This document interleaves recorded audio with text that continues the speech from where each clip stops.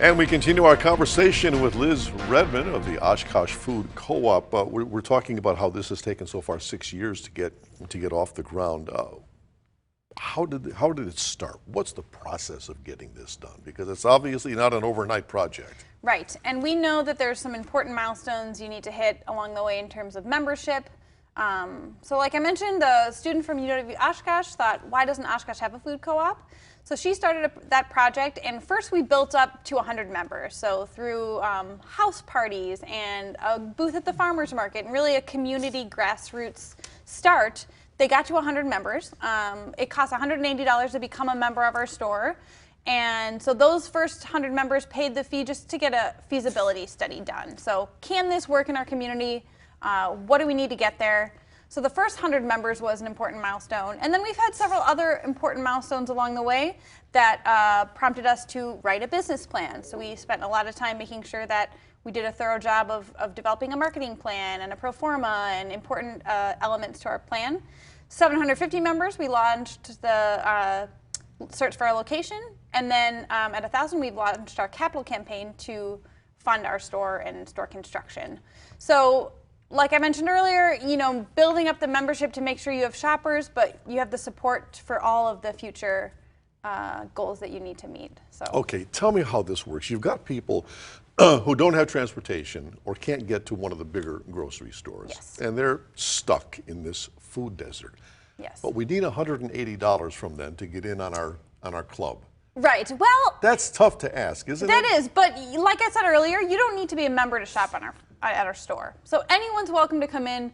To become a member, you're just saying, hey, I believe in this project and I want this to happen. So okay, you're doing that out of the goodness of your heart. Yes. You're not becoming a member so that you can actually shop at the store, and only right. you can shop at the store. Anyone can shop at the store. Some co-ops offer member discounts or other incentives for being a member. We're still figuring that out as we hire our general manager, but really it's, hey, I believe in this and I want this to happen. So the other great thing is your memberships are often honored at other co-ops. So if you head on down to the People's Food Co-op in La Crosse, they may honor your membership and you can get some of their member discounts there. And you've got to raise how much?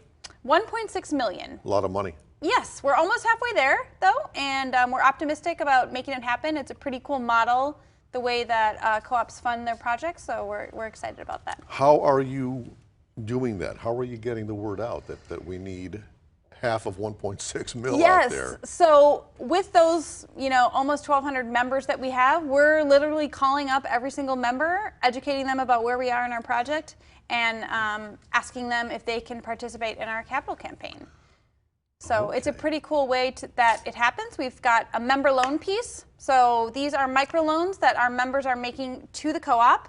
There's interest rates that range from 1% to 3%, and they are loaning their money to the co-op, and that's been a really great way that co-ops fund their store at a lower cost rather than a commercial loan. And then we also have a donation piece, a charitable piece, and we partnered with the Oshkosh Area Community Foundation that you can make a tax-deductible donation through them. All right, so I'm a customer. I walk in.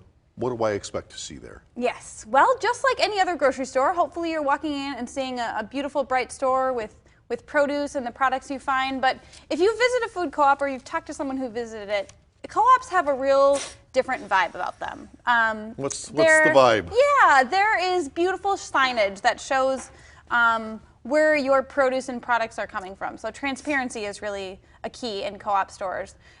There's some products that you probably aren't finding at your conventional grocery stores. So nationally, co-ops buy about 20% of their goods locally. So it could be produce, honey, beer and wine, but you'll hopefully find some local seasonal products in our store.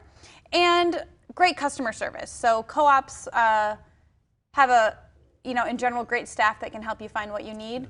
And it's all mission driven. We're not here we of course want to stay in business and become successful, but community and mission driven is also a key to the co-op brand. Did you have to jump through hoops with the city to get that? That's a pretty cool location you've got there. It is. So we're working with the developer, Merge, who is building those 3 buildings there. And the city has been wonderful to work with, to be honest, and really want to see this for our town. So part of the 20-year plan for the city of Oshkosh was to have a grocery store in Central City. And we've seen a lot of other great development, new restaurants, parks, events. And now this is sort of the last piece to that plan. So we're proud to be a part of it. What kind of prices will I see when I go in there? Well, you're talking about the food desert. You know, Yeah.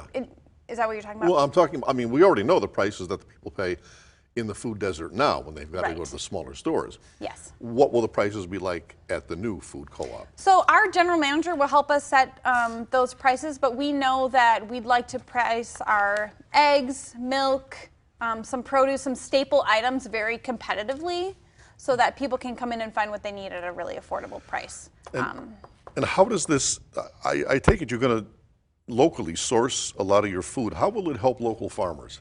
Sure. So other than the weekly farmers market and selling wholesale to restaurants, this is going to offer a 7-day-a-week option for farmers to bring in their produce. So if they've got, you know, a big crop of apples that need to be harvested right away, the co-op can purchase those in bulk versus a farmers market where they're just able to sell to certain customers for a certain amount of hours. So we really are excited to see the impact on the local food economy, as well as, you know, small producers. Maybe there's a producer who's making salsa who just sells at the farmers market and they find a kitchen in another market. So we know that co-ops do help grow those small local businesses. We're talking food co-ops and we continue right after this, so please stay with us.